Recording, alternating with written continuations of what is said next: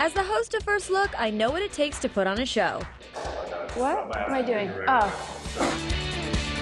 And in honor of that struggle, tonight we're going behind the scenes of some other entertaining productions. We can't wait to cast you in one of them. I can't wait for you to help me. For an exclusive look at what goes down. Can you see this over here? This is actually real mosaic. Before the lights come up. Drag is just gluing stuff to yourself. That's what makes you pretty. Next on First Look. All right, here it goes.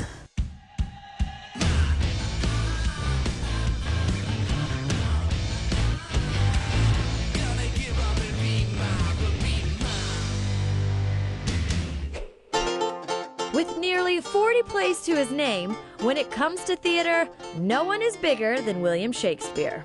His work is resurrected on more stages around the globe than any other playwright in history. And tonight, we're going behind the scenes of one of his most famous, Othello. This is a story about this one fellow, the greatest MC Othello. But in this homage to Willie Shakes, there's a bit of a twist. Four fellas, humble storytellers, will weave the tale of a man who gets jealous. This is Othello the Remix, an adaptation of the original rewritten in modern rhyme and reset in the sometimes treacherous world of today's music industry. I murdered mad MCs, but what's Othello do? He deals the freshman a fresh hand, and he makes him his best man, and lessens my chances by making me yes man. You guys started this in London, right? In 2012, toured globally, and now you're here in New York. We've been to 12 countries in the past 4 years with different versions of this show. Once we got the opportunity to come to New York and be back off Broadway, we decided that we were going to re-envision the piece. Instrumental in bringing Othello the Remix to New York is veteran of stage and screen John Leguizamo, who signed on as executive producer in the summer of 2016. When I met them back in the day, these guys were it. You know, they were doing something that was really revolutionary, that was long awaited, was combining theater with hip hop. I think it's really important to bring theater that is relevant to our youth. You know, I just think this is what the kids need to see to help them bridge that gap of, like, you know, I don't like theater, but you see this, you can't say that. I love their work, man. I think they're geniuses, and I'm just glad to be a part of it. Thank you for letting me be a part of it. We can't wait to cast you in one of them. I can't wait for you to help me. Co-creators, writers, directors, and brothers GQ and JQ have been remixing classic into modern theater for nearly 2 decades. Good storytellers borrow, but great ones steal. So believe me, the thievery is how we keep it real. And so it's just about the lens through which we tell the story. And our lens is a hip-hop lens. Othello the Remix has 8 characters, played by a cast of 4, with all the dialogue set to the musical stylings of one DJ, Supernova. If you guys mess up, do you have to just improv, or do you get back on the beat, or how do you handle that? And sometimes you got to freestyle your way out of it. So you have to have rap skills to do this. You do have to have rap skills, but you also have to convey the story. If you can add some humor to it on top of that, then it really is satisfying for the audience. Meanwhile, though Othello never knew, he was getting schemed on by a member of his crew. You said anybody can learn? Anybody can learn to rap. I'll feed you lines and then you repeat them and then we'll build on those lines. Holy shnikes, I'm sweaty. Meanwhile, though Othello never knew, he was getting schemed on by a member of his crew. Meanwhile, although Othello didn't know, he was getting schemed by some member in the crew. Yeah, schemed on by a member of his crew. We have to use English. That's Right. Right again. Meanwhile, though Othello didn't know. Though Othello didn't know. You can say didn't know. It's fine. Yeah. It's really cute coming out of you. I feel like this right now. Yeah. I'm like, what? Maybe I'll feel better with a beat. Yo, Nova! Drop it like it's hot, son. MC. Meanwhile, though Othello never knew, he was getting schemed on by a member of his crew. Iago, charming and his rhyming was great, but behind all the grace, he was the slimiest snake. Throughout the 80-minute show, multiple characters pop on and off the stage without skipping a beat. And keeping up with that pace requires getting creative with wardrobe. So we use a lot of magnets, and they're just like these sort of aprons, and then you throw it on and slap the magnet on, and then you're a different person, and we attach like the glasses to the hat with the bandana all together. So all of a sudden, I'm this dude, right? So simple. Okay. Yeah. Good. Woo! There, now give us your best lateral lift. Yo, so I was hanging out with my friends, and I was playing with games and stuff. Really good lateral. So, thanks for letting me play with you guys. Just as in the days of Shakespeare, the all-male cast of Othello the Remix play the female roles as well. Top that, girlfriend. But maybe after today, we can change that. We're crowning you as a Q sister now. Shut up! Yay, thank you! Yeah. Coming up, Oh my goodness gracious. we journey to Budapest with Kat Greenleaf for a behind-the-scenes look at the new Wizard of Oz. Hey Vincent, you're the wizard? Yeah, I'm totally the wizard now. Yeah. Yeah, okay.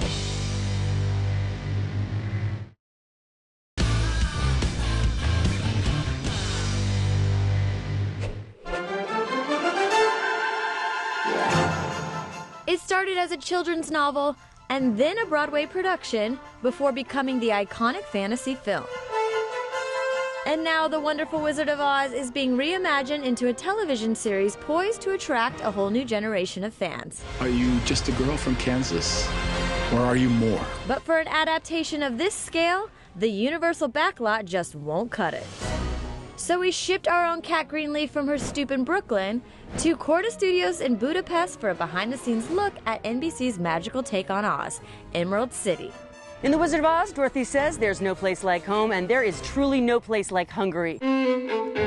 Budapest is the capital of Hungary, its largest city, and is also considered one of the most beautiful destinations in all of Europe.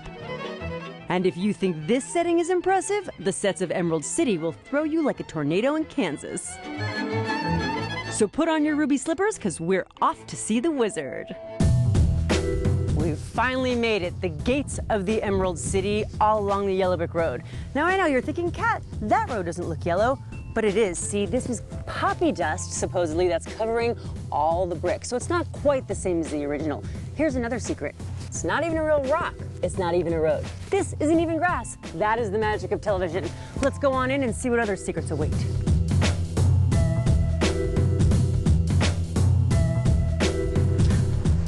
Oh my goodness gracious. This is what behind the scenes really looks like. Giant lights, incredible sets, the ever popular green screen.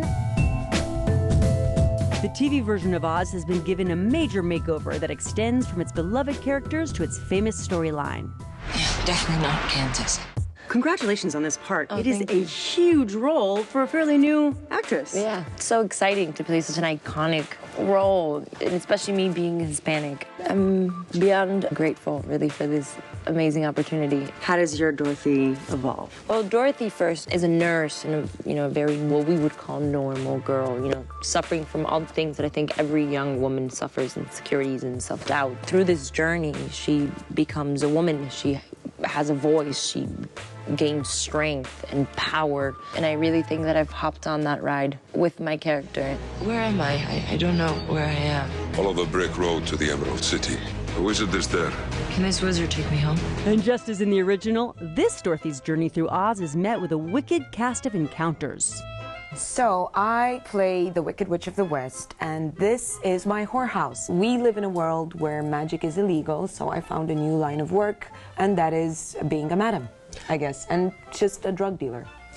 Wow, it's getting better and better. It's not the Oz you remember from when you were a kid. It's a lot darker. Everything about Oz, may look very pretty, but actually the deeper you dig and the closer you look, it's not what it seems. And no retelling of Oz is complete without a great and powerful wizard, in this case played by screen legend Vincent D'Onofrio. This is something that's wild. You still have Dorothy, who's the main character, and you still have the lion, and you still have the Tin Man, but the way it's done is that you figure out eventually who everybody is. And the whole metaphor of the man behind the curtain is something that we really dove into, but we dove into the psychological part, what that means. You always worry when you get involved in fantasy-type stuff, because you never know. It's hit or miss. It could go either way. And this thing, I think, personally, we're just knocking it out of the park. The magic of TV has definitely kicked into high gear here on the set of Emerald City. Between the costumes and the sets and the performers, it's all happening. Get ready for an epic journey. Coming up, namaste. Namaste, that's your drag name. I step into the glamorous world of RuPaul's Drag Race All-Stars. You got your little booty pants in? Yeah, not that you needed them.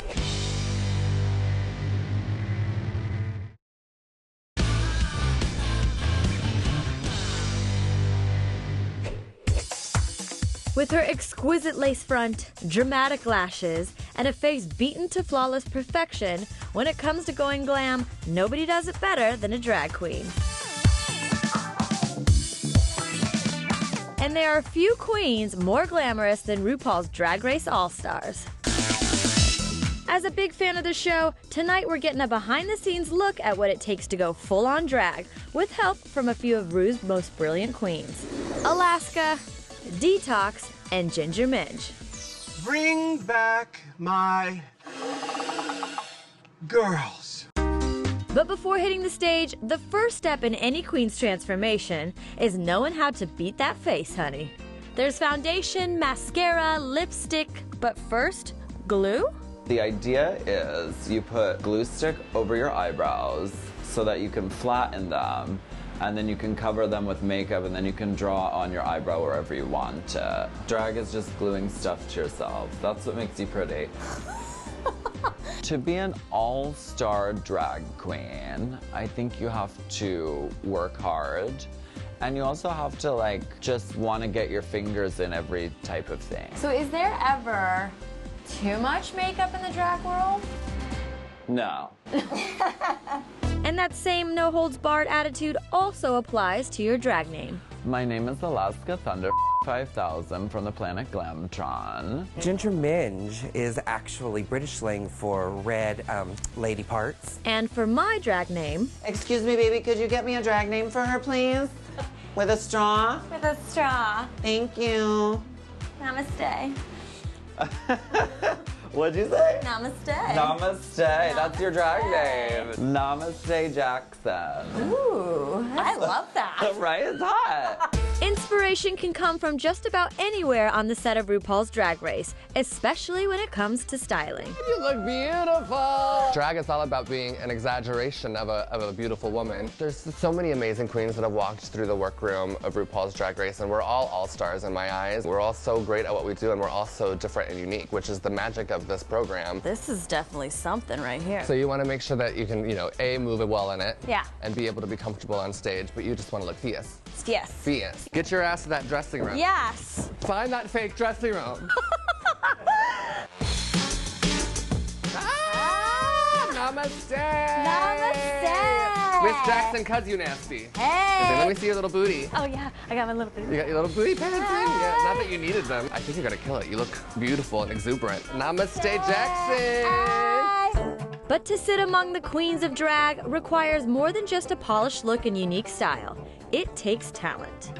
And being the total package is Ginger Minge's middle name. I think the qualities of being an all-star drag queen is not only someone who is well-rounded, but somebody who's fearless, somebody who takes the criticism and says, you know what, to hell with it. You look like is what I would say if it was opposite day. Mama, you look fierce. Yeah. So it's time for the big performance. Show me what you got. I want to see what we're working with. Okay, so I've got a little bit. Hey! Oh! Woo! What I like to do when I'm entertaining is I like to remember that drag is for everybody, including the deaf, dumb, and blind. Okay. So just over-exaggerate everything. You want to pretend like it's your own silent movie. Ooh. You want to, every emotion you want to feel. You want to run the gamut. Oh, yes. Oh, that's so good. I'm a proud mama. My ovaries are aching. My drag mothers have shown me the way. Time to perform for the gods. So as RuPaul would say, don't it up. That's right, honey. Command attention. Surf the face.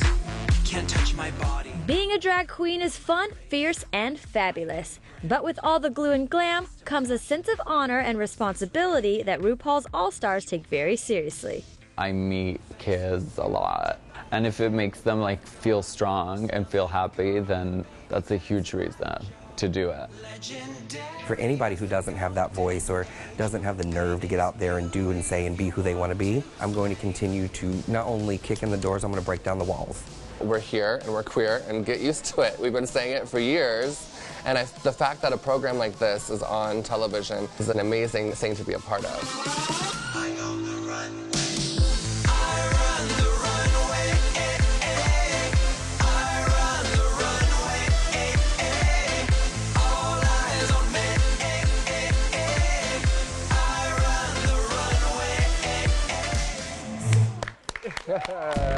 Do you feel like you're a new woman now? I do.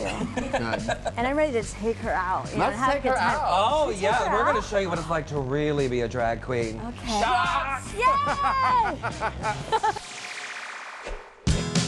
Coming up, I pull some strings for my turn in the spotlight on a landmark stage. Wake up.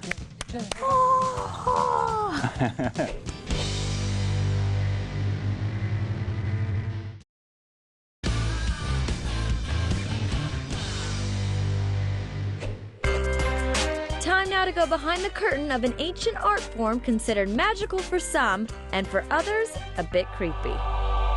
These are marionettes. And hanging in downtown LA at the country's longest running puppet theater are 3,000 of them just waiting for their turn in the spotlight. City lights, those sparkling city lights, those sparkling. What made you want to get into the puppet world? I was in college for an internship. I was looking for special effects and animatronics and things like that. Okay. Bob Baker Marionette Theater came up. I went to see a show and I was like, oh, it's the coolest thing I've ever seen. The night was mighty dark, so you could hardly see, for the moon refused to shine. Bob Baker was a veteran animator and puppeteer from Hollywood's golden era, whom in 1963 transformed what used to be a special effects workshop into a live puppet theater. After entertaining generations of audiences with his lifelike creations, Bob Baker passed away in 2014, leaving behind a cultural institution that has since become a city landmark and a legacy that will hopefully withstand the test of time. Do you feel like it's a dying art form, especially with the world being so digital these days? Where is this world living and sitting? Puppeteering's been around since ancient Egypt, so it dates back thousands of years. So I don't think it's gonna go anywhere. It had its heyday in terms of entertainment for sure, but the kids don't care if it's a computer or a cartoon or anything. They want to be entertained. Well, I'm not gonna lie, I was a little bit unsettled to come here. Okay. I just didn't know if I was gonna bond and vibe with puppets. But I'm ready to go behind the scenes, kind of get into it and see how this all comes to life. And located mere steps from the stage is the workshop, where Bob Baker's handcrafted marionettes are constructed. It's a little puppet skeleton. In this place, it's packed wall to wall with boxes of old puppet parts and bodies and things like that. So he kind of left us, fortunately, with another lifetime's worth of things to put together and finish and do. How long does it take to make one of these? At least 300 hours. 300 hours. There we go. Boom. He's Look in. at that. I want to stick my tongue through there and be like, la la la la la la. Is that what you're doing here late at night? Oopsie-daisy. After a few strokes of paint comes the heart of the operation, the strings. Are they just tied here to little parts, or how does it actually all work? Yeah, it's pretty precisely all figured out. There's always hand strings, there's always leg strings. The coolest part, the most interesting part to me is the the head and the face and the eyes. That's really where it comes to life on stage. Oh, there we go. A little movement happening there. Yeah, so if you can put the head down now, you see that string that you so delicately put through as you pull that up and down. What's up, lady? Do, do, do, do. And now the most challenging part, bringing the puppet to life. The first thing is you want to figure out how high to hold it. So with your right hand, you hold your middle and get a good grip on that. You want to be able to feel these strings being picked up right there. Feeling my shoulder, my bicep right about now. Basically, you got the leg strings that come to the end of these bars right there. Yeah. And the front, that's the head. Yeah, height. So really, you have to become one with your puppet, because you're moving it along. It's got to be a part of the same action they're doing. Exactly, yeah. I mean, you really got to live vicariously through it. Me and Chili. Whoa. And then ready? Dead. Wake up, Chili. Chili, wake up. That's right, Chili. Time to get amped, because ready or not, it's showtime. All right, here it goes.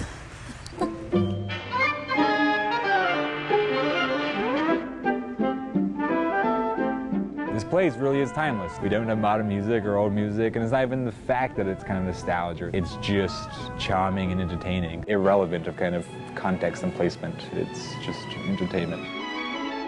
Entertainment comes in many forms, and going behind the scenes has given me a greater appreciation for the work, skill, and passion that embodies each and every one. Woo! Alex! My arms are on fire. It's worth it. It is phenomenal. It was phenomenal. I think you're being kind. Do you think I have a future as a puppeteer? Yeah. A little more work, but you'll get there. I think I'm gonna leave it to the pros. Okay. Okay. And that's a wrap. We like to keep it hot, but you keep it hotter. Q Brothers and Ashley Roberts, yeah. This ain't our first book. We hanging on NBC with First Look. Yeah, wish we could make it last, but I really love rhyming with my girl Ash. Yeah, that's right, man. We got the groove. And plus, check it out, yo. She got some sweet moves. Hey, I got sweet moves, yeah. I don't know what to do, but I'm going low and getting the flow with all of my friends from Othello. Oh, yeah. Oh, it's me? Yeah. Jackson. Yeah. We keep